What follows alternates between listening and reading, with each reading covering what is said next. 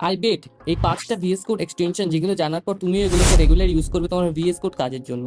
এখন এআই এর সময়ে আমাদের অবশ্যই এআই এর কোড এক্সটেনশনটা হবে, যেটা হবে ট্যাব 9 এআই, যেটার মাধ্যমে আমরা ভিএস কোডের কিছু ফাংশনের বেটার নেমিং করতে পারবো বা আমরা ভিএস কোডের মধ্যে অটো কমপ্লিশন করতে পারবো এআই এর মাধ্যমে। ওকে, সেকেন্ড এক্সটেনশন যেটা হবে সেটা হবে আমাদের লাইভ সার্ভার। তো লাইভ সার্ভারের মাধ্যমে আমরা আমাদের ওয়েবসাইটকে লাইভ রিলোড করতে পারবো আমাদের ব্রাউজারের মধ্যে। এটা ওয়েব ডেভেলপমেন্টের জন্য খুবই ইম্পর্টেন্ট আর আমার খুবই পছন্দের।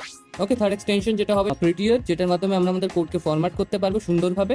অ্যান্ড ফোর্থ এক্সটেনশন যেটা হবে সেটা হবে টু ডু ট্রি, যেটার মাধ্যমে দেখো আমরা কোডের মধ্যে টু ডু বা ফিক্স মি এরকম কমেন্ট পাস করতে পারবো, আর যেটা আমাদের কিছু রিমাইন্ডার দিতে পারবে।